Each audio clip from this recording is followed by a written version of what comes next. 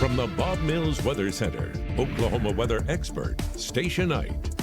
Well, you have sent in pictures of your rain gauges, of creeks that were out of their banks, of ditches that turned into rivers from earlier rains today. This was a picture from southwest of Veneta. Now the bullseye of the higher rainfall amounts. We're talking 6 inches or higher. That was up in Craig County. And this picture is almost just shy of 6 inches there from this rain gauge from Susan, southwest of town. Then up in Deering, Kansas, southeast Kansas here.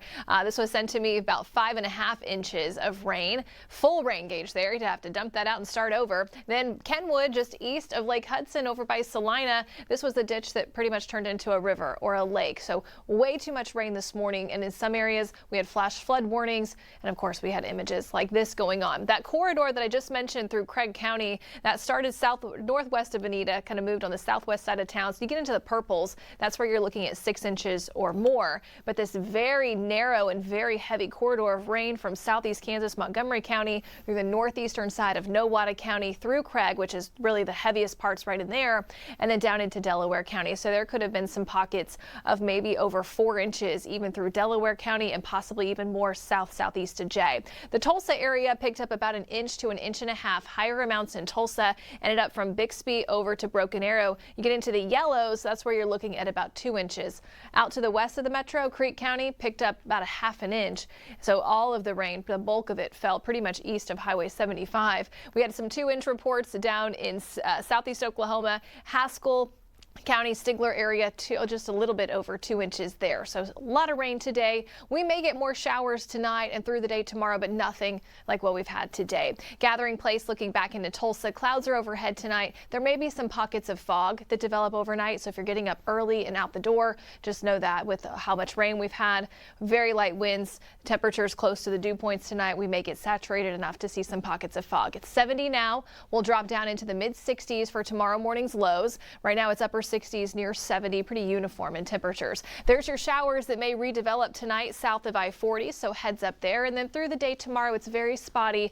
If it does develop, it'd be light and it wouldn't last too long. Mid 60s to start off tomorrow, but 70s in the afternoon again. We'll have a mix of clouds and sun, just watching for those pop-up showers by early afternoon, and they may linger into the early evening if they can hold together. So there they go, starting to pop up. Mid 70s for highs though on your Friday. High school football games. During kickoff, there could be still a few lingering showers, so make sure you're looking at the radar, checking in before you head out there. I would grab a light jacket because for the end of those games, we'll be falling into the upper 60s. Beautiful though for some Friday night football. Headed into the weekend, Saturday starts off with a mix of clouds and sun. We'll be in the mid 60s for temperatures. Saturday afternoon, we have included now a chance for showers, possibly some rumbles of thunder. If you have outdoor plans, I don't think this will ruin your plans, but you just want to make sure you're paying attention. These will be very spotty, very hit and miss, but we did go ahead and include some rain chances, not just for Saturday, also for Sunday. The reason for this, there's going to be a system to our north, but enough energy embedded within this northwest flow through the weekend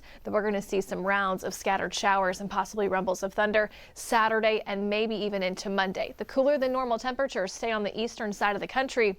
And we are still talking about highs in the 80s. And then after that, about middle of the week, here comes another surge of cooler air coming down from Canada. So we'll have more days of highs in the 70s by the end of this coming work week, Thursday, Friday into the weekend. Hotter than normal temperatures stay out to our west. However, going into next weekend, we're going to monitor if any systems can come up from the southwest. That may increase rain and storm chances for that first full weekend of September. But temperature wise, staying cooler than normal all through this next coming week. 9-day planner tomorrow, 10% chance of rain, 76 for the high on your Friday. We're in the 80s on your Labor Day weekend. Slight chance of rain Saturday, Sunday, could possibly even include Monday as well. Again, shouldn't ruin any plans this weekend, but just something to know.